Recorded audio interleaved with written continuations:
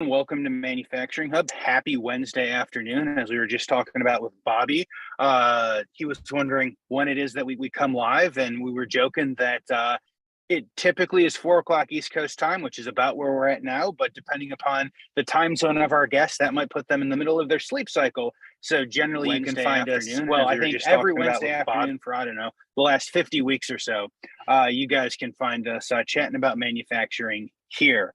So we've got a jam-packed show. We're happy to have Bobby back on. We will introduce him in a minute. As everyone's coming in, we want to do kind of the normal community comments.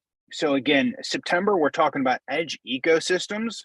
First, we want to thank Siemens for sponsoring September. This has been a really interesting series of conversations. If you missed episode 77 with Chris Liu, that was a very interesting conversation on what he's seen in the last year or so as he's come to Siemens and kind of helped expand and understand what's going on in edge ecosystems. We had a bunch of really good conversations about IPCs and connecting it to the edge. And then we continued that last week with Yuri in episode 78. And Yuri has transitioned over to AWS from some other suppliers that you guys may know on here. And we were really talking about what he sees kind of enterprise wide as he's kind of made the move to AWS. And honestly, I was surprised the amount of hardware talk we had and that he has with customers. You think AWS and I think green grass and machine learning and all that stuff. And he's talking about all the hardware that he's going and helping to get everyone set up with. And I think that sets us up really well for having Bobby and talking about some of the stuff that he's done with production. If you guys have an event that you want to list or you want us to talk about, shoot me a message or give us an email at hello@manufacturinghub.live. And then I think the last two major things that we need to hit before we jump into this episode is, one, we need to slightly embarrass Vlad by welcoming the couple hundred people watching us from Solus PLC. Bobby, they have expanded. I don't think that they were at 30,000 subscribers the last time you were here at the end of last year. They've now crested 33,000, right? Rocket ship to the top. 33,000 today. They're going to surpass Mr. Beast at 110 million tomorrow. Sky is the limit for Solus PLC. But if you guys are somehow not subscribed to Solus, please feel free to hit the like and subscribe button on this video on the YouTube channel. And while I'm asking for that, I've also found Bobby. Oh, of course. I've also found, Bobby, that if I ask people to like and subscribe to the videos and sign up for our mailing list and listen to us on the podcast, more people listen to the podcast and like and subscribe. So this is the request. Now, if you guys are catching us live at the very beginning, to hit that like button. It helps the algorithm for a whole bunch of reasons. But without further ado, we want to welcome everyone to Manufacturing Hub. This is episode 79. And our very special return guest is Bobby Cole from Think PLC. So Bobby, thank you for being here. Welcome. No, it's great to be back. We're kind of back on a couple of norms here. Some things have changed since we've talked the last. It's not been too awful long. Hopefully, Vlad, maybe I took you over the edge with subscribers because I'm one of those people that follow what you guys do. So appreciate that. Thank you, like Bobby. We talked about last time we were on the podcast, you were in the woods, and as people can't see now, you're back in the woods. I am, yes. I don't know if you're trying to marry up the geographics with my accent, but good job nonetheless. Thank you. I will be very honest, Bobby. It was pure circumstance both times. Neither of the places that we are currently at this time or when we were back in November were necessarily planned more than 48 hours in advance. It was more so it just worked out well. At some point, we will have to have Manufacturing Hub in the woods if we can convince Vlad to head somewhere with some trees. Just not in Minnesota. Yeah, not in Minnesota. Yeah. No, so somewhere a little bit south of Minnesota. Correct. That's right. So Bobby, we'll accept you, North Carolina. No, Bobby, definitely appreciate you joining us for a second time. We last talked, it was November 2021. Could you give us a little bit of a synopsis? Well, I guess maybe introduce yourself a little bit. What is it that you do? And then talk to us what has changed or what has happened since that time. Yeah, Bobby Cole. I am the owner and CEO of Think PLC. which is what some consider a systems integration firm. We think it's a lot more than that. Kind of interesting on that front with a lot of the changes since. We've onboarded a lot of mechanical capabilities here. We've bought additional equipment last year to improve our business. But what I do day in, day out, get to tinker with really nice controls, products like you do, Vlad. I lead and help motivate people here to serve customers. And as you know, it's a big deal with from our last podcast, it's a big deal with the people in my company. So just maintaining relationships and growing and helping customers improve is what we do day in, day out. The one thing that's really happened since we spoke last is I had a baby boy 3 months ago. Oh, so, congratulations. Yeah, if I look a little tired, it's because we're not sleeping consistently, which is good. He's healthy. We're very happy where we are at with things there. So, but that's been the big change in my life is a newborn at 40 years old. And by the way, I turned 40 next week, and running a business and doing and staying on top of the technology and just doing what we do in the industry. It's pretty demanding as a services consultant. It's a demanding job. Anyone that's been in systems integration or worked in a plant knows it's very demanding. So I'm just working through that like everybody else, that trying to grow as a person and everything else day in, day out. No, absolutely. And I think, to your last couple of points, there's an opportunity maybe to have a conversation around the lifestyle of systems integrators, because I think some enjoy maybe the stability of working at a plant, so it's a fixed location, but a lot of times you do have to travel quite extensively. And so if you have life events, as you've described, it could be a little bit difficult. So understanding how to deal with that could be a conversation topic. But Bobby, on that same note, I know that you also host live events. Could you maybe give us a quick synopsis of that? I know Dave mentioned if you have events to send them a message, but since we are live, what does the event entail? Yeah, so I do a few different speaking events typically throughout the year. The most famous ones are our BrewLogix. We have one coming up next Thursday in Johnson City, Tennessee. And This is perfect timing because what we do at a BrewLogix event is create a networking environment. When I say networking, that's not Ethernet switches. That's for B2B. That's for people to hang out. And what we do is we piggyback on the craft beer craze. So we typically host one of these at a craft brewery, local brewery, and whatever town we do it at, we find a nice little local spot to do it. And what we do is show off technology at work. So next week, we're showing off using MindSphere, using an edge device to gather data and taking all the smoke and mirrors off of it, breaking it down to, I have data on the plant floor and I want it in MindSphere. How does that work? And with like most edge and IoT systems, there's a lot to filter through to understand basic data from a PLC into the cloud and then what to do with it. Because there's a lot of options now, right? So manufacturers have opened the door, and that's a lot of the stresses that we coach customers with day in, day out. The good thing about it is in the last year, we've got a lot of success stories moving into our plants, into MindSphere and other cloud-like systems, and moving from an antiquated IoT system. Yes, I said it, antiquated IoT system into the new wave, systems like MindSphere and Node-RED and things like that. And so happy to talk about that more.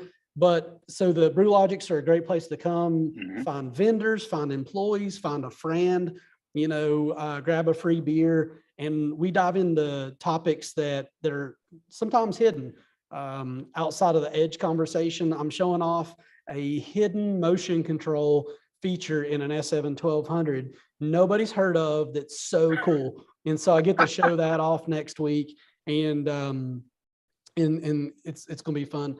Other than that, actually quite often it's interesting in my career as this automation engineer CEO, I'm moving into speaking events for management teams, sales teams, and topics like motivating and in changing the idea of what sales means in our industry or other businesses.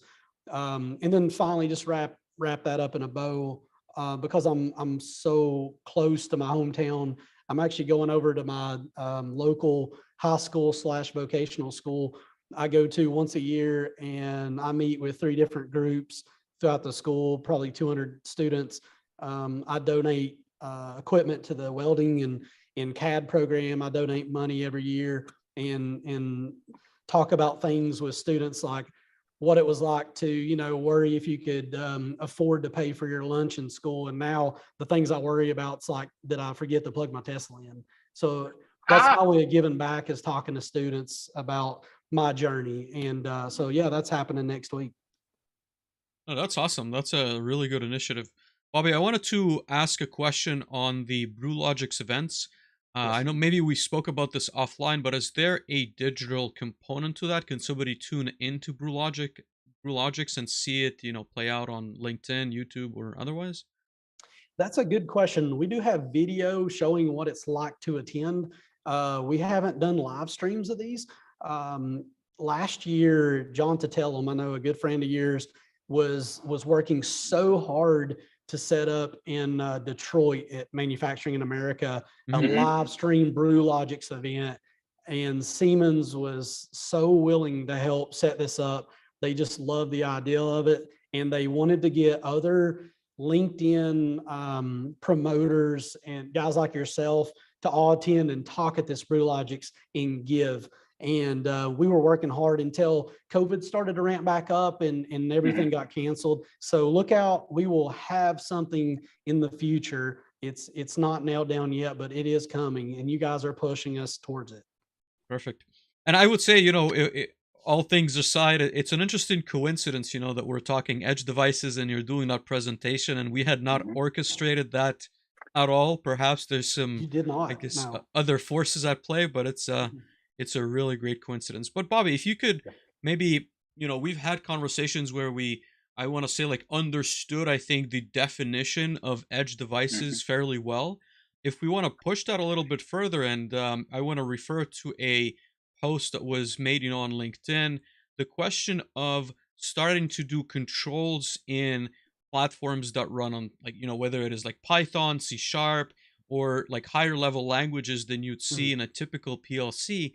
And so to me, that raises the question of, where do we draw the line of, what are you going to put in your PLC device? Because ultimately they're also capable of, like, sending the data, and there's ways to make those links, versus having the need to have that dedicated, edge component / IoT device, but also not necessarily, where do you draw the line of what's going to control the process, what's going to control the data flow? And we'll get into those, like, specific applications, but I want to get your perspective of how you differentiate or delineate the two.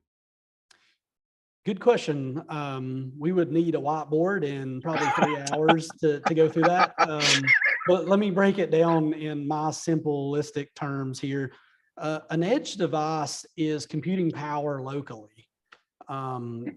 So the complicated thing to understand is, what do you need computing power at the plant floor? So why are we sticking an IPC nearby where we are computing? And that's the question that's coming up now. And where you need that computing power, yes, it's to get the data out, and that's a whole nother topic conversation to dive into, is like, we've got these PLCs collecting data, whether you think they're a data collector or not. The data is coming to the PLC. Is it fast enough? Well, maybe that's a conversation to have about having an edge device. Edge device really plays where you need to use computing power, like where you add AI, which, by the way, is on the cusp of being something real. We're about 6 years away from that, but nonetheless, when you actually need computing power to do predictive analytics, things like MindSphere, and what you can do with the ESA connectivity and the Node-RED for the next PLC that Phoenix has, you need computing power to do those analytics, whether you do them locally or you do them in the cloud area. And so they're available in both places. My familiarity expertise is more with the Siemens. There's a Siemens IoT 2040, 2050, and a Mind Connect box. Those are the devices that sit locally that help make that connection to the cloud and have some computing power. The Mind Connect box is a Linux-based box that allows that computing power to be local there. You know, the argument is you have a PLC, you need to get the data out. And the big conversation I have with the folks now is, what do you do with the data? That's always the conversation. Okay, you want the data, now what are you going to do with it? And that's my explanation of MindSphere is, you know, it's somewhere where you can easily add tools to do something with it.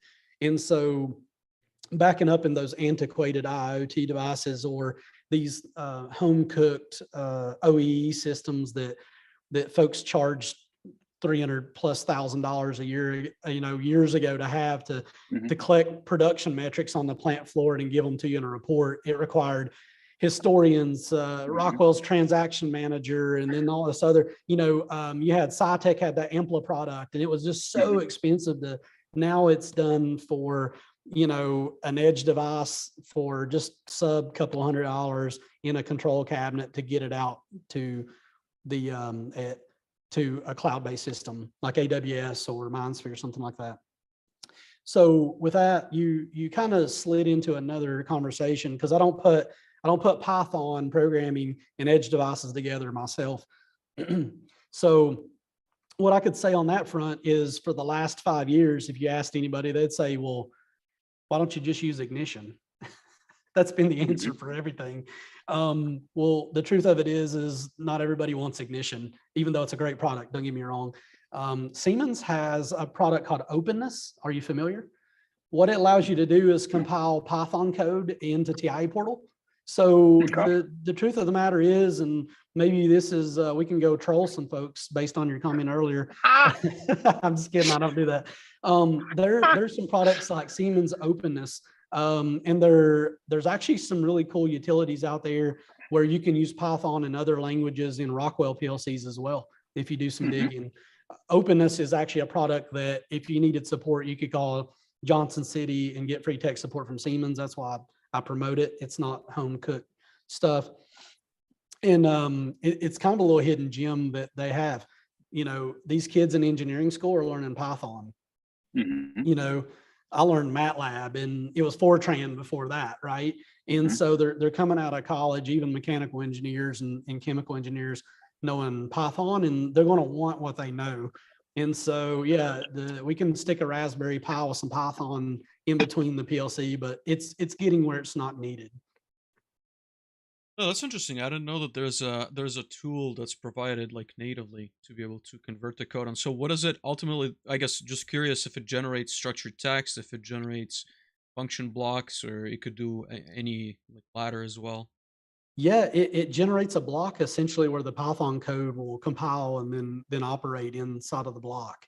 So it's kind of like a source code language behind the tool. So, and that's my first experience with that was probably 2019. So just to give you a feel for how long, this is not something just released. I'm interested to see with the new release with V18 coming out. And the new version of the 1500 processors having dual core processors, what extra functionality we may see. And I'm just, you know, I'm just throwing it out there. I'm not saying it's happening, because John Tatella may shoot me if I start talking about a lot of things, but I'm kind of interested where it will go, because right now, if you say, hey, Rockwell, I want to connect to this cloud, it's going to be like, okay, we're going to have to sit and figure this out. You know, and what's interesting is with Siemens is like now people are saying, I want MindSphere, I want cloud data, because we're getting to where we understand how to use MindSphere properly. And I have a logo PLC. I have a programmable relay, and I now want it in MindSphere, or I want it in AWS. That's what people are asking for now. So it's getting a little interesting on the request side of things. But yeah, going back to that, what I saw people do is try to interface a SCADA system like Ignition and do Python and play that role in between, Vlad. And now we're seeing opportunities to where these further programming languages, in the last 2 years, Siemens has added, 2 more programming languages in the 1500 as an example, right? It's going to come. Yeah, and I think, I mean, we're getting closer and closer to the merge. I want to say like a PLC is starting to have a component that's going to be like an edge device. And I think Siemens has, and Yeah. again, correct me if I'm wrong, but they have a module that plugs in to the chassis, right, of the 1500. And then you can literally have that as your like quote unquote like edge that runs MindSphere. Yeah. So, well, there's a couple different things. Maybe I can clear up for you guys on the hardware side from a Siemens perspective. Being a solutions partner, we do a lot with the hardware you mentioned. So with the Mind Connect, you can make an S7 connection via the Profinet interface of the PLC. It's actually an S7 connection. You would drag the Mind Connect or the IoT 2040, 2050 NTIA portal, and that allows you to quickly build your tag database to MindSphere. And then what that Mind Connect will do, and again, just a few $100 for these devices and a snap-on DIN rail, they get you that secure connection out to the cloud. So they have the WAN port, they're taking that role of what you would need, the E1 or the TOSI box for that secure connection. That's doing it. We're seeing Siemens work really hard to get soft PLCs embedded into the IPCs now. And when, I'll be honest with you, when the supply chains hit and they said, we can't get you PLCs, I was like, hey, can we do a soft PLC, man? Let's get creative here. And it's coming, and it's coming fast with offerings. And again, the PLC Next family member of the edge device that Phoenix has, it's doing the same thing, right? Yep. And so, but I will tell you that there's a really cool Scalance module. It looks just like an S7 1500, and it's an edge box that sits on the S7 1500 DIN rail. And again, it can talk to the PLCs, but also if you look at the Siemens edge devices like the IoT 2040, 2050, they do Ethernet IP, they do Modbus, they do OPC UA.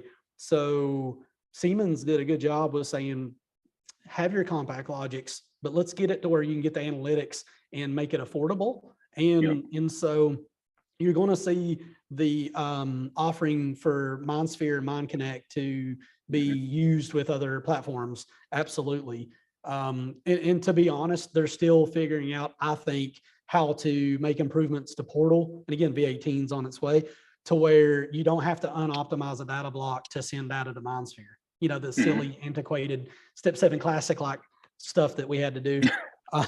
So, but yeah, the Scalance LPE is a really neat edge device when it comes to like, it's the heavy horsepower, the heavy hitter when you actually need high level at the plant floor computing power.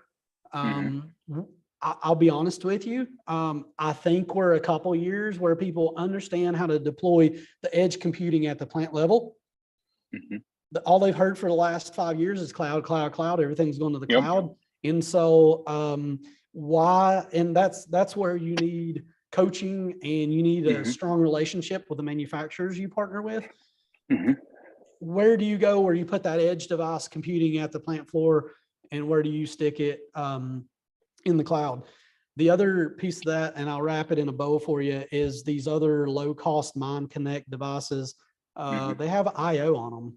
So like the Mind Connect 2040, 2050, there are a couple of flavors where you can get, some digital IO and analog and make it a parasitic monitoring system and not have to go in and retrofit somebody's PLC to get the data out. And that comes up quite often.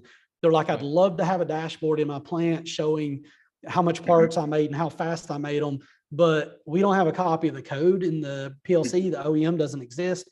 And so we add a parasitic little layer by adding a Mind Connect box and just piggybacking on the signals. And I don't need a PLC there anymore, where before we did, right?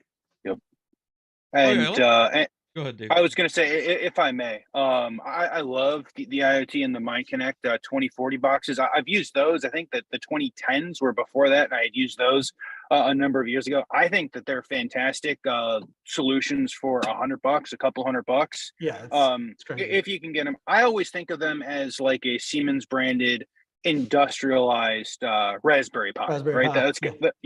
That's kind of how I always described them.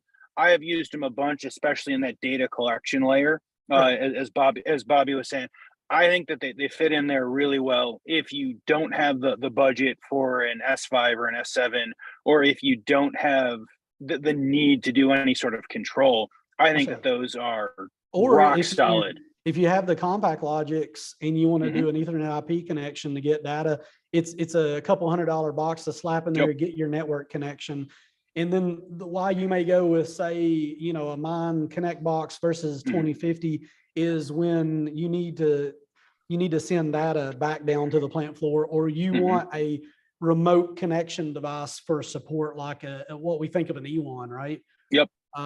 That's exactly why you would choose maybe like the 2040, which, by the way, they actually have lead times not bad on. So that's that is amazing. At least once this podcast, that's all we talk about, right? Yep. Supply chain, lead time. So yeah, lead time's not too bad on them right now, believe it or not. So maybe if people hear this podcast, they go start buying them. I'll be in lead time's going back up. Going back up, baby. Yeah. So.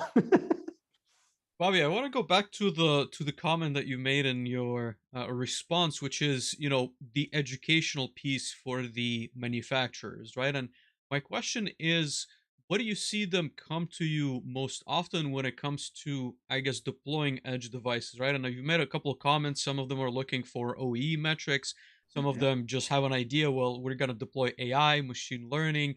We're going to send data to the cloud. Are there maybe practical examples that you can mention that people genuinely are interested in? Because I think ultimately it comes down to business dollars, right? And we need to justify why we're getting this data, what the edge devices are doing. So what are some examples that you're seeing?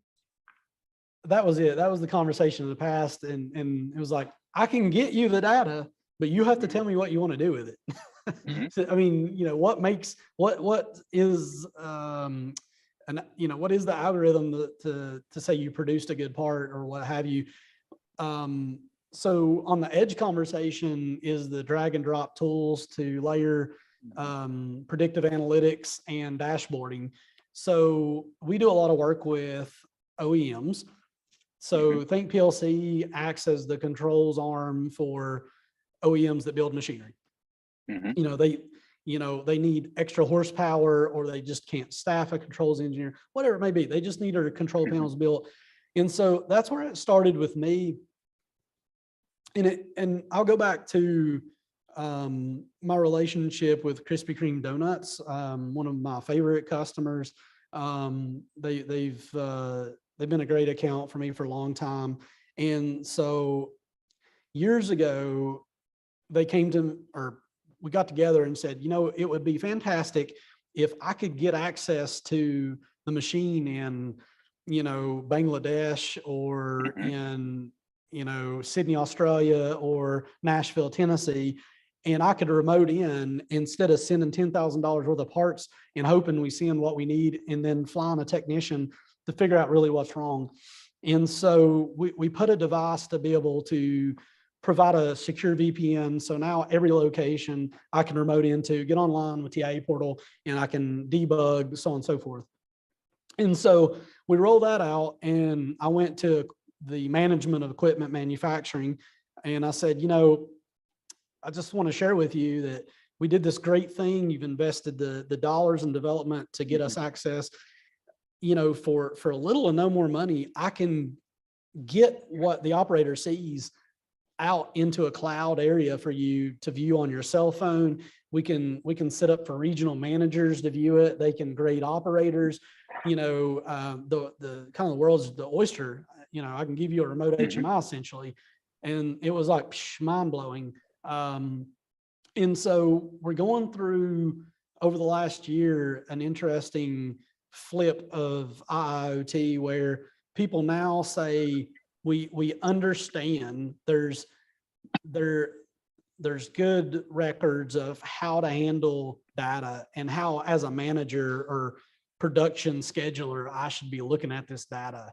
And people are just more intelligent about what the data is. I'm not a PLC programmer, but I'd really love to get the counts off, a motor or whatever. And so with that's driving a lot more conversations and requests for people to get it into an area where they can quickly dashboard. We recently took a local plastics recycling manufacturer, their entire plant into MindSphere, every machine. So every night they get a report of the production for the day. They get, the total alarms for the day.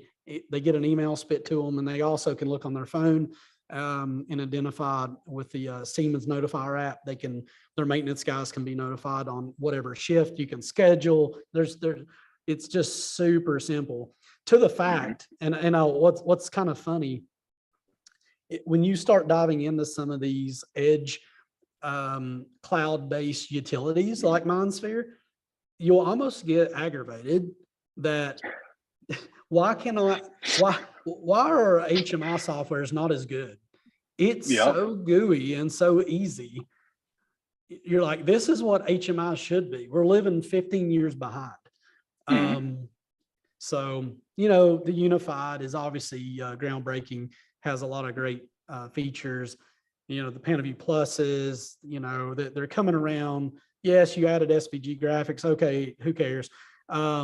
It's like these tools have gotten so simple. And what's really neat about some of these edge cloud-based software manipulators like MindSphere is they also now have gotten smart and said, let's not try to build from scratch how we do trend charts and make reports.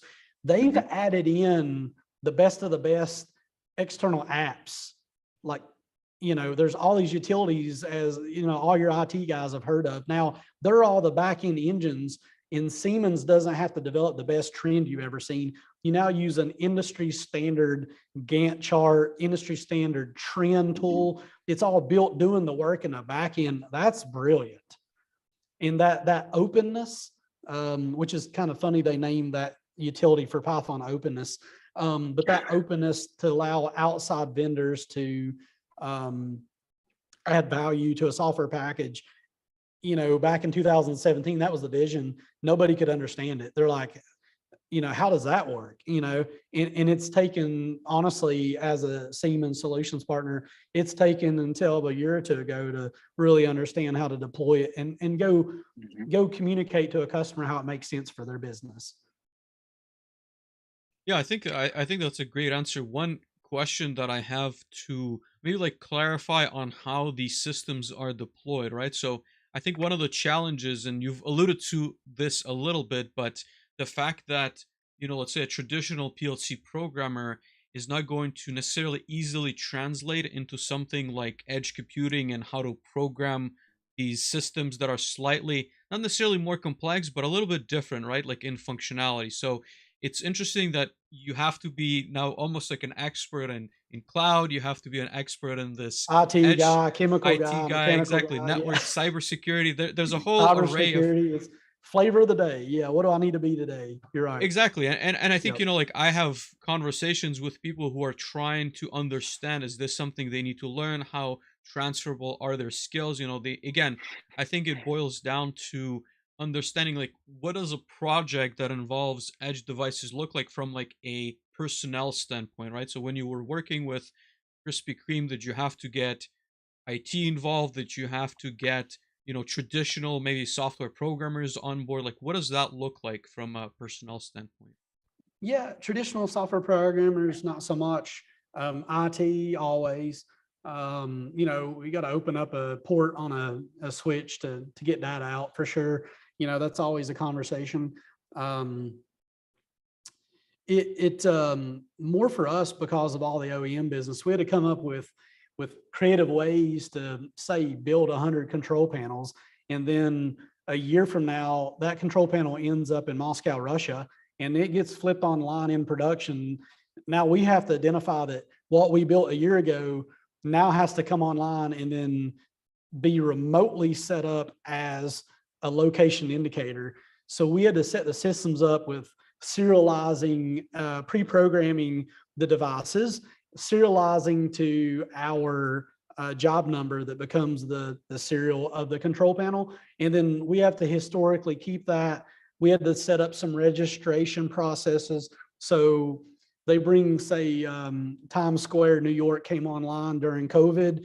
They filled out a registration email, a form that emails in, they request it, we approve it, and then we actually go in and say, you are Times Square, New York, it goes to this person. That's been more to manage, but what they've done, E1 has done a very good job with this. MindSphere does an amazing job with this, where you can deploy assets down to the point where you can see a GPS tracker where that MindConnect device is. E1 has the same thing. I can pull up my M2 Web and get a globe, and I get a mark everywhere I have my E1s around the world. So, that's been more of a challenge than the IT. 10 years ago, you used to have to sneak and IT was a bad word, and we would sneak like computers in on them and call them field PGs or programming stuff, stuff like that. I've really had good working relationships over the last few years, and there's not as much that big, blow up that used to have in the conference room, just getting internet dropped to a machine. I will say that we've been involved with quite a few projects with where we have to put data in like AWS, and then we have to tie it to, say, like a point of sale system. So, okay, I want to know how many, say, cups of coffee that I sold, and I want to know what the effect of the machine was in the back that made the coffee. So we're getting to that level now, right? So let's say that, as an example, I'm working for a popular lumber company. I want to know how many boards they sold, up the street at their retail shop. And I want to take the board count of a certain size, certain recipe board in the background, and automatically have the edge computer analytically compute to tell me what my production run for tomorrow should be. That's where we're Are we at that stage yet? Are you seeing we're at that stage. We're at that stage. Where we're not at with AI is cognitive decision making. AI is great for analytics, where you can set boundaries. In fact, if you Lex Friedman just had a great podcast on this, where we're, in the next 7 years, AI experts have theorized that we'll be at the cognitive level, which is going to be the next industrial revolution for us, which is 2029. And they're saying that is going to be the difference. And so then we get into like, well, gosh, are we automating, taking all the jobs? Well, just like in the turn of the 1900s with the steam engine and everything else, that took jobs, right? Computers took jobs, but those people went to work in other jobs. And guess what? I don't know about you guys, but I'm still trying to hire people I can't find, right? So does automation take jobs? Yes. Will making better decisions take jobs? Probably, if you're doing it right. But if you're doing it to the full extent you should be having the analytics help you with your production decision making, supply chain decision making. It's amazing to me. It's just mind blowing to me how manufacturers can have no clue on what they really need to buy, what it really costs to make a part. It's mind blowing. In fact, it's riveting to have those conversations. It's difficult with customers if you're new to a customer to get them to be vulnerable enough to just be open with you and just share that. And you're like, okay, I know where your pain points are. Let's not fight with, the BS. Let's get you what you need. Mm-hmm. And by the way, there's cost implications to do that. So what can you buy it off? And really these conversations with edge devices and IoT come to like, man, how do I get the data from that PLC into the cloud? Like Yep. that's 90% of the work. Yeah, and I guess I've been in such conversations. I'm sure Dave has as well. And to be honest with you, I'm not that surprised anymore. You know, I've seen cases where a batch of 40,000 pounds was just gone. You know, like flushed down Yeah. the drain, so to speak, and Oh yeah. nobody could tell you like why or like It what went was the somewhere. Where'd it go? Yeah. it Yeah. definitely it was started. The materials were Mm. consumed, but there was no batch as the morning shift began. But no, I think that's the current reality. You know, that's why I'm a little bit surprised sometimes when people mention AI, because I still think that our infrastructure needs to get there before we can maybe, or I guess like there's more low hanging fruit that we need to solve for. And this is, Yeah. Fortune 500 companies. This is not your Mhm. local manufacturer of some obscure product. So I think there's a lot of opportunity before we get into Mhm. like real AI. But Yeah. I'm really excited to see what's possible for sure. Oh, me Dave? too. And in the, you know, the business decision used to be, you know, especially if we can justify retrofits, Mhm. we're a retrofitting company. I have people looking to me like like I have to make the business case for them, which is always interesting to me. Like, like Yes. no, Yes. so, but what I'm getting at is, in the early 2000s, it was VFDs. Oh my gosh, let me show you how much money I'll save you by going with VFDs, right? Mhm. And you could sell it all day long. It was an easy conversation to the point that the marketing material got where you could, you'll save 30%. And this guy, and then what happened is when safety devices really become integrated, the next conversation we went through, and this is over the 23 years of my experience in this industry. Mhm. Hey, let's talk safety.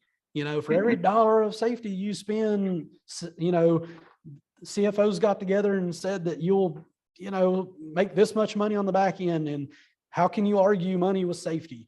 That was the Mhm. next gyration, right? And I think now that edge and cloud computing functions like we're talking about for collecting data, if these manufacturers can clean up, like, let's not try to launch a space shuttle. Let's just get the data there and then have the tools Mhm. to put it on there. Let's easily explain it to the customer. That's the next sales opportunity that's out here. Mhm. And that's where you'll see it exponentially take off. You'll see every PLC just have the edge device built into it. That's coming. And yeah, that's where we're going to be. Dave, thoughts, I comments? I think Bobby's made a bunch of great points. I actually want to hammer home one of those points. So Bobby, kind of towards the beginning and like his last set of examples were really good in kind of delineating between more of like an order taking integration company. I don't necessarily want to call it all systems integration companies and solution providers, right? So there are lots of groups that are certified as solutions providers from Siemens, from kind of all of the major brands, and their goal, kind of as Bobby described, is to go through and help make sure that you actually can solve the problem that you're having, as opposed to, hey, I'm going to build the dashboard you want. And then when we're done building the dashboard you want, hopefully you know what you want next, because my job is not to help you kind of figure out what's next. So I think that's a really good point on solution providers that I just kind of wanted to hit. Bobby, I don't know if you have any other thoughts or comments on that. No, I mean, and that's the exciting thing for us is we now have use case studies that we can actually show people like, here's this online. Yep. And then you can start having a conversation around, yeah, I really like that. I really don't need that. Yep. The opportunity we found with MindSphere over the last year is we do all the heavy lifting and then we train usually someone at the facility. Maybe they don't have that guy. We will be that guy for you on an as needed basis. But there's because of the ease of use, a lot of times there's opportunity for training so the customer can tweak, add their own tools to it. And it's amazing going back 3 months later and seeing the really neat things that we didn't think about, because they know their business, I hope. And so we can just show them, you got to give them the pathway. And that was the old conversation. if you read Control Design Magazine in 2005, they would tell you that really nail down the scope on HMI development as a system integrator. Because here's what happens. You'll have a fixed budget, you'll design the screens, and then they'll want to move a bunch of buttons on you last minute, and that'll cost you a bunch of money, you overrun. True story. That was an article in Control Design. And so that is true, though. That is 100% true. Yep. And so you do have to, and that's got to be a vulnerable conversation with your customer about, like, if you're not happy with the way this looks, don't fret, right? Yep. Like, we're going to move this around. This was just a vision. Let's do a little heavy lifting. Let's get some tags in there, and then let's sit in a conference room and talk about, and usually within like 15, 20 minutes, we can start nailing down what's needed on that front. Absolutely. So I actually have a good example of those HMI screens, right, Bobby? So I did some work with an organization. We redesigned all of their HMIs, right? So we're deploying HMIs. It's a large OEM, right? So they got a bunch of furnaces. Everything is heat treated. Everyone who works in places like that knows there's never enough furnace capacity. So we redesign one of those HMIs, and then you go and you stand and you look at the operator, and the operator's pushing the same 10, 11, 15 buttons every time, yeah. Right? And then you go talk to them. And this is the thing that's missing from, I think, lots of, integration work, is you go to deploy the thing and you never talk to the folks who are actually working on the machine. So yeah. You go, we talk to the person working on the machine, and it very quickly became evident that it was just a bad HMI design to begin with. And when we redeployed it, it was still a bad HMI design, right? So you go and in a relatively short time period, go turn it all into one button. We suddenly have one button, it can go start. We added an entire extra production run in that furnace every day. So they went from like 10 to 11. It was like $1 million of profit every year. Over the course of, I don't know, like 5 or 10 years, we basically added an extra furnace to their facility by spending 10 minutes and talking to someone. So yes, it could have been cost overrun, but the 125, $200 that they're going to spend in that cost overrun saves them $1 million or makes them $1 million every year. You made a good point. Yes. Every good service guy knows that the first thing you do is you talk to the machine operator. They'll tell you what happened. They'll tell you they'll tell you good or bad. They want it fixed. You know what I mean? Yep. So, and also in down situations, they'll tell you what the maintenance guys did. Yep. Those temporary fixes that became permanent. Yep. And it's you're right. Is we do these retrofit jobs, and then so you come in and they're running the machine, and we're walking all over the machine, and we're writing notes down, taking pictures. And they're looking, and then they'll ask you, they'll be like, "What y'all doing?" Mm-hmm. Yeah, we're gonna, man, this thing needs it, or whatever. This thing's a piece of junk. And and literally, and then you get their feedback on it, and then obviously you're being paid by someone to do it, so you take it all in, and then you go, you rewire the thing, you start to do your IO checkouts, and you're starting up. Who do they bring over there to train? That same operator, right? There's your opportunity.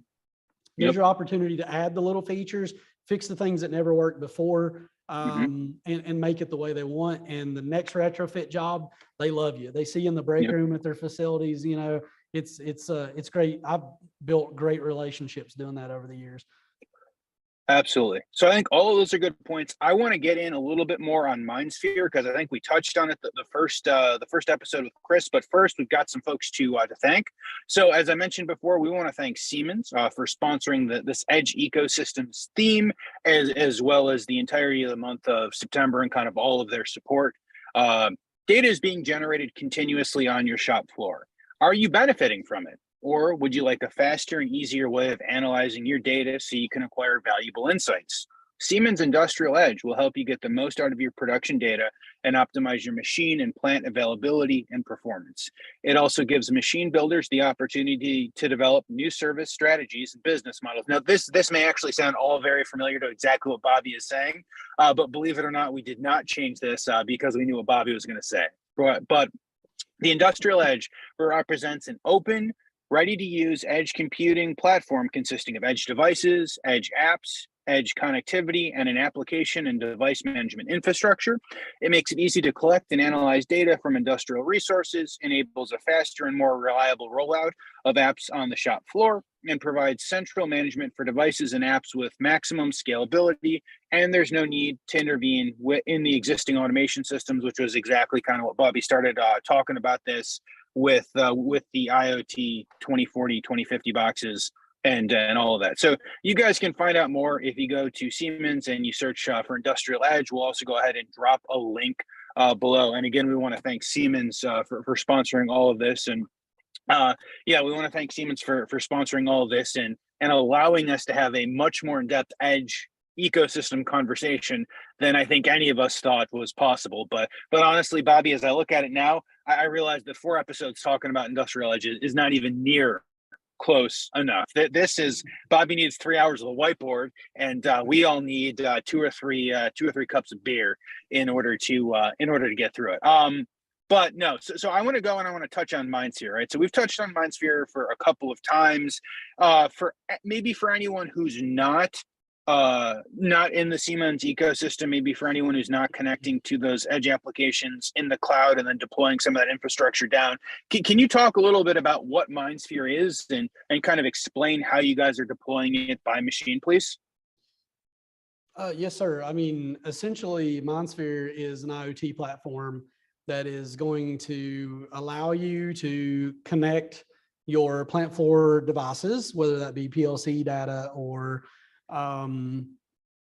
whether it be a PLC edge device, whatever. It becomes a service, IoT service for you to get access to AI analytics and your own custom built algorithms if you so want. It becomes a HMI-like dashboard if that's how you so set it up. And things like reporting and other things can happen in the accelerator system that has been deployed. It's a very scalable way to get data somewhere so that it's visible. Okay, so it can be deployed remotely, however, without multiple servers, things of that nature. And I'll just share what it's not. It's not a historian device. We often get people, they get excited that they can get rid of those servers that their historian rides on. It's essentially not what it's for. It's an ecosystem built to monitor specific applications, if that makes sense. So again, I would share with everyone, I believe still to this day that if you Google MindSphere Start for free, you can use MindSphere. It's scaled back a little bit. You don't get the really high-end AI features, but it's enough to start collecting data and connect it to your PLC, your E1, your AWS system, whatever you want, your Allen Bradley PLC, and start using it, which I think is awesome that they open up the platform to get you excited because they feel strongly enough that that if you use it, you're probably going to want to buy the service. The other neat thing for integrators like us and folks like Patty Engineering up in Detroit, Sam's a friend of mine, the owner, Patty Engineer, they have built some applications that your company may want to use as some tools to add on to the data you get. So their tool, they bring in your data into their tool and you pay as a service for that. That's why I would want to develop it, because it's like having an app in the app store somebody pays for. And so it's this whole ecosystem Siemens is created where software companies could start developing tools, and if you use it and it adds value, you'll make money. Oh yeah, I want to ask a clarification. Go ahead, Dave. Go ahead. I was going to go. I just want to kind of add on to what Bobby was saying. So I agree with what Bobby's saying about MindSphere. I think I first ran into it about 6 years ago, kind of right at the very beginnings of it. And from the very beginning, I love the concept. I love the fact that, Bobby can go develop apps that, maybe a particular style of company is using, and Vlad can also go develop apps. And then Vlad could, develop the apps and scale it either internally just within his customers, or he could also help cross-sell it to Bobby's customers and kind of anyone else looking to deploy that. I think it's it's kind of the scalability part of the industrial automation or the manufacturing ecosystem that's been sorely missing. It's how you get off the custom development over and over and over again, so that every application doesn't have tech debt. At some point, you pay by month, or you pay by year, or you pay by however much you use it. I have always liked kind of that concept. I'm always excited to see people move towards leveraging that. Exactly. That's it. You've got it. The talking about that is like for OEMs, the scalability, each machine becomes an asset as an example, and you can copy assets and just reallocate, just point them to the connection you want, and it's all set up. And so you just made a mirror image. So if you had 50 machines in your plant, you can just keep copying assets and just repoint to a different area. And they've really got that down. They have. There's some other tools in there. The APIs are big. The APIs that are embedded for you to use that's what's going to save you money long term. And then when you go in to start for free and you start tinkering around, you're going to see some other things as part of that accelerator ecosystem. We have become a CNC retrofitter over the last few years, and there's now a Sinomeric One connection where the Sinomeric One becomes this IoT device for you. So if you want to know what's going on in your CNC mill, as an example, you can quickly connect it to MindSphere easily. There's actually some example built when you get on the start for free. There's actually example assets already built, and you can see data coming from the cloud. So you can kind of understand how you would build it up and how you would use it. I love the idea of you can have pictures and then graphs over here. They truly allowed you to build the dashboard, in what you can't do in an HMI, what people try to do in HMI, and you can't. So what do? They call ignition up. Yeah.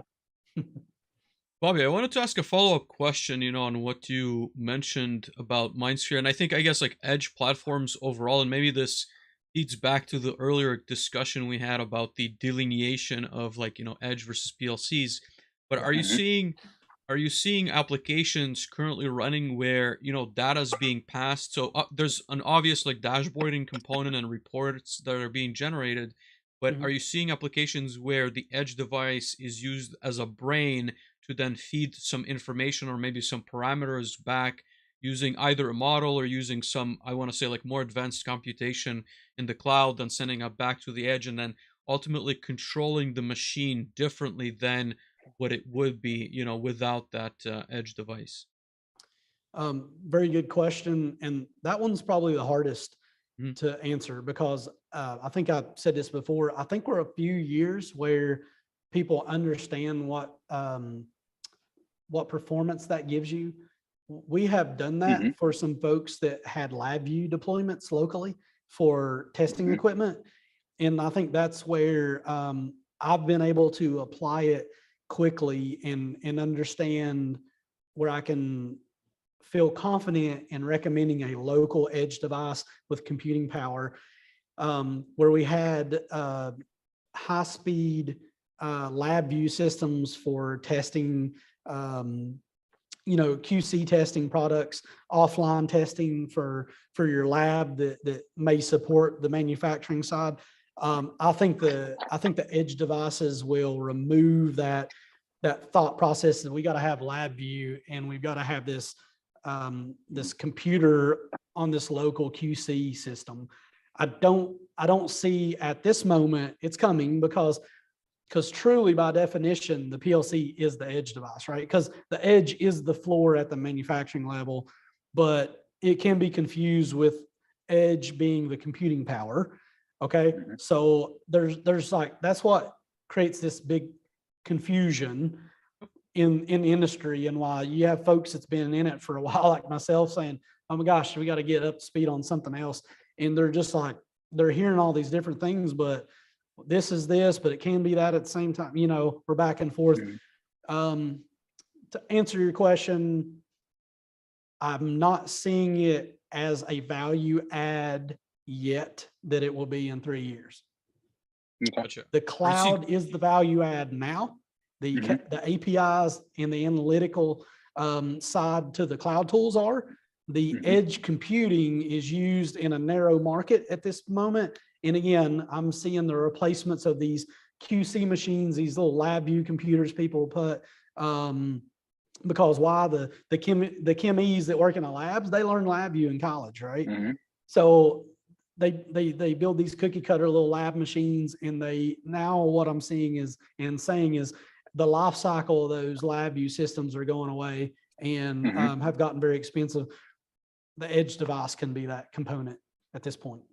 And so I guess based on your comment, I guess the biggest opportunity is really educating the manufacturers or like / the end users. Are there any other like pain points or kind of ideas that you would have where, you know, someone who deploys these edge devices, you would say, well, if we had like XYZ, it would be like 10x better, just so we can maybe also think from an OEM or a manufacturer standpoint what that looks like. I don't know. I'm the best to really lay that out for you. I don't know if I could do that with confidence.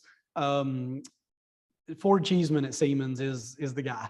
Amongst being a good friend of mine and being a scalance guru, he has the tools to explain that easily and is the best person to consult and will talk to anybody if they're willing to talk to them about edge devices. And that is, I am cutting on him right now. No, I mean, but with that being said, I get where you're coming from, and I'll tell a little story. 3 years ago, a CEO friend of mine who is the CEO of a large organization. They're about a $300 million organization. That's big to me. And he came to me and said, "Hey, I got to pick your brain." So we scheduled time to talk, and it was kind of funny. He's like, "So my board has met and they set their vision for the year. And the vision they've rolled down to me is that we're gonna be IIoT, we're gonna be edge, you know, IoT, that's what." And it was interesting because they're really not that kind of company. But their board said that's what's going to make us different, and that's our vision, and we got to roll that down. And he said, "Bobby, I really don't know what the frig this stuff is." And he's like, could I get you to come consult? Could you speak to us and educate us on what it is? So I did a couple hour little education event with them, and hopefully they left there with more knowledge, maybe not more confused. So I gave them enough to where to go to look and figure it out for themselves, right? Because that's the thing, is this thing is like your oyster. Like, what are you going to do with it? Like I said, like I can get you the data, but you know, I can't make a business case for your business. And so that's where people have to see it. And in the past, these manufacturers haven't said simple, machine, data, analytics. Look what it's doing. Like simple. I know you can launch a space shuttle. I don't care. Like simple. They're not hearing me, right? Simple, simple, simple. And they actually, I think, adhered to that over the last year, and they're getting it rolled out on that front, in my opinion. I like that. So I kind of have a follow-up question, you know, down that track, Bobby, right? So we've talked a lot about edge devices. We've talked a lot about like IoT gateways. We've talked about PLCs. I guess we've talked maybe a little bit about IPCs. So I think it's a two-part question is, what are you seeing most people using as edge devices today? And what do you think 6 to 7 to 10 years when we've got the artificial intelligence, as we're talking about this potential next revolution, what edge devices do you think they're going to be using then? Really good question. I think these remote access devices that have made a foothold, the Ewans, the Tazi boxes, and all these other, there's 5 more that I'm not mentioning. Sorry if I offend anybody. I think they got the foothold as the edge device at this point. So the life cycle of what IPCs have come in the last year is we're still in a revolution. You know, Siemens has some IPCs now that are the size of, you know, they're like 50 by 50 millimeter now, and they're made for local deployment for thin client applications and edge device, you know, gathering data local. And I like that because, again, for these retrofit applications, you're not always going to be able to go and in fact, sometimes we just don't want to go mess because you might own that PLC once you touch it. So you want to add that parasitic system, remote monitors and displaying systems to now soft PLCs being deployed. You know, Phoenix hasn't had theirs out that long, right? Their IPC, they call it their edge device in their ecosystem of their next PLC. That's not been out for a long time. These small IPC offerings have been being rolled out over the last 2 years with Siemens. So my thought on it, if you're asking my opinion, it's these VPN tunnel devices that have been inexpensive for us to remote into machines over the last 10 years, and they snuck in the IoT side of it on people. That's my opinion. I like it. And do you think that we're going to continue down that path into the future, or do you see some sort of disruptive force coming in and then we change from what we've been using for the last decade? I see the IPC and the PLC marrying up. Yep. I see it all in one. Again, whether that's an additional core in the processor that, you know, you have the ET200 SP Pro with Siemens that has the soft PLC, has your computer, your edge device there. You can do it with Node-RED, right? The next with Node-RED, that graphical GUI tied together, flow it together, and anybody can kind of do thing. I think we're going to see it together a lot, you know, and we're seeing drive technology and PLC technology coming together with the drive controller Siemens has as an example. Like these things are going to start just marrying together, right? As they get smaller, you know, like we might as well just put the edge device, and we might as well put the computing power in there.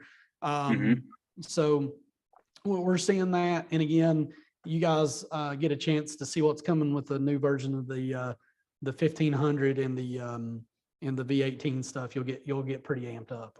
So very exciting. I was going to ask a question on the cybersecurity front, Bobby. So as we deploy these, I want to say metaphorical, you know, bridges between OT and IT, I see the potential of ultimately, I want to say, exposing certain vulnerabilities. Like, what are your thoughts around, you know, as we scale multiple manufacturers and bring them into these, I want to say, like connected infrastructures? Are you seeing potential problems? Do you think it's going to be more secure as we obviously have increased capability on the IT side as well? Like, what are your thoughts around maybe the safety? Because I think that question comes up a lot, right? Like when you're trying to send data into the cloud, whatever platform that may be, cybersecurity is becoming more and more of a conversational topic. I just ignore it. I'm just kidding. Just DMZ. John's gonna love that. We're getting to that point in the podcast where Dave's got to be woke up. He's in the woods. No, it's tough. And everybody's got opinion on this, right? So, what I love about it is, you know, what product does this person sell or like is his opinion about why this is not good or bad. Yeah, so cybersecurity, obviously a real thing. We've got some really annoying stuff that got rolled out in V17 that we got to deal with now. You got to check more boxes, and the heavy lifting has been put on the manufacturers, right? Because, you know, you're hearing right now, you know, Rockwell's so vulnerable, and then, you know, Siemens was hacked in Iran in the centrifuge. So those guys have to do the heavy lifting and building confidence in their customers. There's no doubt about it. That's where the conversation has to come. And me as a integrator, retrofitter, reseller, it gets complicated with the IT side of things. That's the question I would ask. Like, how safe is this going to be when we roll it out? Can the kid down the street with his Xbox, can he hack my machine, right? So seriously, that's what I like to use. So with that being said, know your platform, know your Ethernet switches, you know, and that's what I always love, man. People buy this $13,000 ControlLogix and they'll buy a $150 Hirschman switch. Yes. And so unmanaged switches, Bobby. Yeah, be educated on the products you're using. Understand how well they work with themselves and others, is all I can recommend on that front, Vlad. Yeah, and it's a very difficult topic to be honest with you, as we kind of discussed a little bit earlier. As a controls engineer, you now almost have to, right? Like, to know how to configure these devices, how to maintain them, and I think it's slowly creeping up to be more and more on the OT side, but ultimately, Sure. again, I think it's gonna only grow as a conversation, and there's gonna be not necessarily like more breaches, but I think it's gonna Yeah. be you're required to have like extra steps, right? Like in your validation process, like maybe when you Mhm. like deploy these systems to each like panel or each facility to Krispy Kreme, as you've mentioned, then there's maybe like a checklist on like, hey, like what are the guys locally here doing to make sure that Mhm. it's good for the environment. Yeah, But no. because we deal like every IT group is different, every location, Mhm. every Mhm. every IP is different for those guys. Every internet Yep. provider is different. Yeah, it's a lot to keep up with. There's no doubt about it. Yeah, Yep. absolutely. Uh, Again, yeah, I that's what I figured, right? Different IT, different requirements, different countries also probably have different Mhm. vulnerabilities, different Oh hackers. yeah. So that's like a whole other discussion. to to the point when we're like, okay, great, we're in the cloud. They're not even worried about how they got to the cloud. We've even had to we've even had to have the conversations about how redundant is the cloud, right? And Mhm. Oh yeah. obviously, like you guys, you had Yuri on. He could speak to that way, better. I'm sure he's got slide after slide. Amazon can sell that. Like, how backed up is the cloud? How vulnerable is their Mhm. cloud? Blah blah blah. What happens if Bezos goes to Mars and says, "I'm done"? I mean, who knows, right? So, Yeah. um, yeah, But I that like we're the even having that level of conversation. Wow, yeah. and I mean, I like your example of like the switch, right? Because ultimately, it's the weakest link that's going to break your system, right? So if you have Mhm. again, if you have a PLC infrastructure, then you have edge devices, then you have your access to the cloud, then you have the cloud infrastructure. So ultimately, whatever is going to be the weakest point of failure is most The likely going to be difference, attacked. excuse me, the difference between 10 years ago and now, when we would see publications, and you're a big advocate on this. I mean, I see what you put on LinkedIn for sure about it. But 10 years ago, the publications that put out content in our industry would be like vulnerability, but they would not describe what is the vulnerability. And so Mhm. now what's happening is we're actually getting published data on the pieces of your system, the software, and the level of technology down to the port on the switch that is becoming the level of the concern. And that's Mhm. published, and if you actually care, that's available for any of us to get to. So they're talking about specific things. There was just and I'm going to be terrible remembering exactly, but it was out last week. They were talking about with Rockwell and a couple other chip manufacturers as a specific chip switching and other technologies that was already open. It's like brand new. It's already open to vulnerabilities and Yep. how it can be hacked. They're describing graphically how the hack can occur. Mhm. So, I mean, you're 3 years lagging behind if we already have a graph showing how a chip's getting hacked, Yep. right? And we all know from the automotive industry over the last 2 years, the chips are we're behind on the technology on that front. Mhm. So it's interesting what's going to change.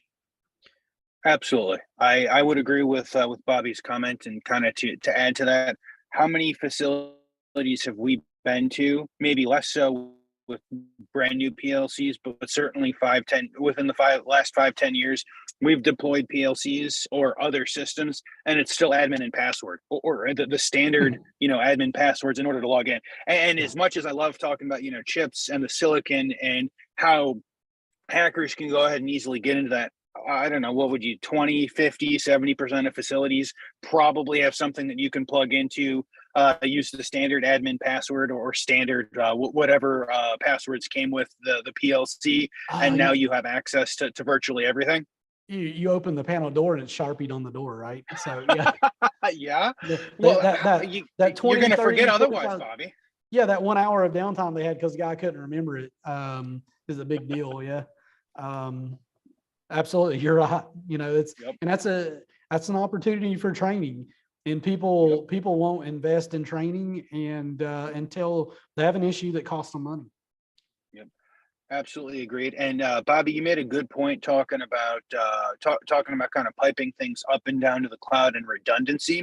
We actually had a couple of good conversations the last 2 weeks talking about how how the prediction and how the move is to more computing at the edge, so either a PLC or an IPC, so that they can do some sort of computing before they push up to the cloud, and then have it come back for both speed, but also bandwidth and cost reasons, right? It costs money to push things up to the cloud. It costs money to compute things. Exactly. Time on the pop is going to cost you money. And then you're not wrong at all. And then it's not real time. It's not real time getting data in the cloud. And you need to decide what's most important to get. 100% part of the conversation in educating what's going on. Absolutely. I love that. I think that this has been a fantastic conversation. I know the last 10 minutes has been kind of talking about what do you see now, but what do you see in the future? But Bobby, we ask everyone as we go to wrap up these shows, what do they predict the future is going to look like? So you, as a solutions provider, you're in the thick of it, right? Yeah. What is your prediction of what the future looks like? Hopefully greener. I definitely will have white. I'll have more gray hair. Every day. From a technology standpoint, for sure, I'm seeing more application solving solutions. So coding is going to get, the days of writing, loop code and state machines, I think is going to be graphical, and the code will kind of like you put in how this thing needs to work, draw a timing diagram, and it'll spit the code out for you. The model of what's expected with Cybark, if you're familiar, Siemens Cybark, or PackML, like we teeter on that with PackML, but nobody's taking it to that next level. I think that that programmers are going to become less programmers in the future and more integrators of systems. I do see that. I think edge devices will be PLCs and PLCs will be edge devices. No doubt on that front. And then what we're going to see by 2029 is AI is going to do some very interesting thing, like be able to manipulate a machine to react before, a crash occurs or something like that. So the AI will eventually get rolled out into machine language for operations. So the PLC, you don't have to write code to look for a certain event. It'll sense the event and go ahead and deal with it. That will come as changes in AI happen over the next 6 years. That's exciting. That is exciting. Vlad has a potentially concerned look on his face, but I think that's exciting, Bobby. What were you going to say, Vlad?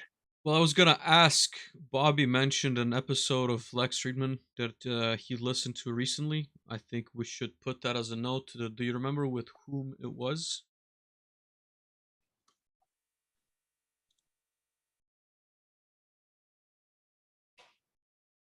We will. We'll go ahead and add that as a show note. Yeah, I'll send it to you. I'll get the gentleman's name. You put him on the spot one too many times, Vlad. But no, Bob. Me out. Too many times. Too many hard questions for Bobby. But we'll grab it from Bobby after the show. We'll go ahead and put it as a show note for anyone who is interested to take a look at that. But the next question, hopefully slightly easier for you, Bobby, is we always love book recommendations, right? And I think you set the bar exceptionally high with the book recommendations. We were talking a lot about leadership the last episode that you were on. And I think that was amazing. So again, if anyone hasn't heard the first episode with Bobby, absolutely go back and listen to it. But I know you've got at least one good book recommendation for us. So what do you have for us today? Always. I recently was recommended Dan Pink's Drive book. It's about motivation. What's important to me is, learning what drives me, what are my frustrations, what are my working geniuses, as they call them. So Dan Pink is the author, and the book is called Drive. And it's about how to find what really truly motivates you, and then how to motivate others, right? So absolutely, look that book up. I go back to the Eisenhower. Leadership is getting people to want to do what's right. You know what I mean? And and a lot of that comes by lead by example and everything else. But there's some really good topics in that book about motivation. Absolutely. I Appreciate that. love that. I think that that's good. Bobby always has the best book recommendations. I remember the first time we asked Bobby for some book recommendations. I don't know what I expected, Bobby, but we've had some very interesting book recommendations. Men are from Your Mars, recommendations. women are from, yeah. Yeah, I mean, we've actually had about 20% of our book recommendations have been sci-fi. So typically either like industrial or sci-fi, and then Bobby brought us onto this whole leadership genre. I think all of them are absolutely exceptional. Thank you for that. Yeah. So the next piece is we want to ask you for some career advice. So if anyone listened to the first one, Bobby has an interesting path that he's taken to grow, scale a company, and then start and create Think PLC, which is what he's doing now. So with your experience, do you have some interesting career advice for us, Bobby? Oh gosh, that's good. The big topic that I'm on right now is change management. And if someone had set me down as a teenager and talked to me about change management while I was going through the most change ever in the shortest amount of time, it probably would have helped at some point. And what that means as a leader, as a good employee, as a good husband, as a good father, change management is important to balance. And so I'd recommend, TED Talks on change management, books on change management, and there's betterhelp.com. You see all these about people with, we need a therapist and all that stuff. A lot of times it's dealing with it, and we don't deal with change management until we're in the change. And as a leader, as a owner of a business, as a employee of a business, and as just a good friend, it's been pivotal over the last couple of months to study that and understand where I was, where we're going, and because change is inevitable, and how you deal with it is how high performing your business is or how you are as a person. Absolutely. I was gonna say, you've mentioned a couple of resources on change management. If not right now, hopefully we can get a couple of links maybe for some books that you have been reading on that. I'll send you some great resources on Appreciate that. it. Yeah. Absolutely. Bobby, I think you and I should have a conversation about that offline, because that's another 2 hours. That's another 2 hours of talking that I don't imagine anyone has at the moment, or maybe they do, but luckily this isn't a 6-hour show, despite what Vlad tries to do for us every week with his really good, very long questions. But no, we do have one last question for you, Bobby. You've been so gracious to come on and speak with us. Who should reach out to you? Who do you want to talk to? Are you guys looking to hire? Are you looking for customers? What are you guys looking for? How can we help you as a community? That's a great conversation. All of that. I get requests and people, and I really like that I hear from others that they were recommended by peers in our community, whether it be LinkedIn and other places like that. I had a gentleman yesterday reach out, and he's trying to build up a group of young students that build machines and how to do that. And he's looking for grant funding and all that. And he's like, I heard you're the guy that asked, I like to just be a resource. So there's always neat, cohesion when you talk to someone. Another local manufacturer is trying to build up processes in their plant. They ask like, hey, you might be a good consultant to add value. I really love helping young people or people new or young to starting businesses. I'm pretty passionate about that, setting people on the right track there and using my bad decisions to their benefit. So, so I definitely like that. We are absolutely hiring. We are in dire need of a CAD design guy right now, like everybody else. E-Plan and AutoCAD Electrical, they just don't exist. We've got openings on all facets of our business. We have something like 450 panels to get built by the end of the year, and parts are rolling in. So that's a big thing. Our panel shop is flooded, and we're looking to just keep customers happy and keep answering the phone. So thank you for that. But I'm very responsive on LinkedIn, emails. I tend to go squirrel and go answer people. Because I can multitask very well. So anybody reach out for sure. And we'll have all those notes and links, as well as Bobby's LinkedIn profile, in the show notes in case you're listening to this in audio form. So if you're driving, if you're running, don't stop to look at your phone, especially when you're driving. But all of that will be in the reference materials on manufacturinghub.live. Absolutely. No. Thank you, Bobby. Thank you, everyone, for listening. This has been an amazing show. It's an amazing time every time we talk to Bobby, and it's one of those things that we absolutely need to have him on more often. Maybe we'll just have a show at some point in the near future with Bobby talking about all the we can just all talk about the hard-learned life lessons. Oh yeah, that would be this one industry. For.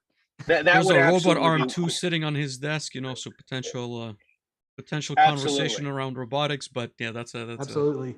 Yeah. But no, if you guys are still listening on podcast form or watching on video, please hit that like button. Please subscribe to the show. You guys can rate us 5 stars on Apple Podcasts and Overcast and Spotify and all those other places. It helps for a bunch of reasons that we could talk about, but that's a whole nother show. But until next Wednesday, we will see you guys live again. Thank you all very much. Bye-bye. Thank you, Bobby. Thank you, everyone. Thank you, buddy.